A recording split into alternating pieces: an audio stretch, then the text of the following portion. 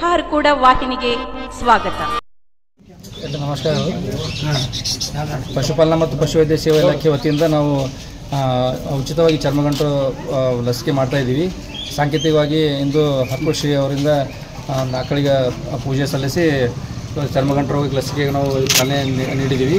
ಅದರಿಂದ ನಾನು ಎಲ್ಲ ರೈತ ಬಂಧುಗಳಿಗೆ ಒಂದು ವಿನಂತಿ ಮಾಡ್ಕೊಳ್ಳೋದೇನೆಂದರೆ, ನಾವು ತಮ್ಮ ಊರಿಗೆ ಬಂದಾಗ ಉಚಿತವಾಗಿ ಘನ ಸರ್ಕಾರ ವತಿಯಿಂದ ಉಚಿತವಾಗಿ ಲಸಿಕೆ ನೀಡ್ತಾ ಇದ್ದೀವಿ. ದಯವಿಟ್ಟು ಎಲ್ಲರೂ ಇದು ಸದುಪಯೋಗ ತೊಗೋಬೇಕಂತ ನಾನು ಮನವಿ ಮಾಡ್ಕೊತೀನಿ. ಧನ್ಯವಾದ.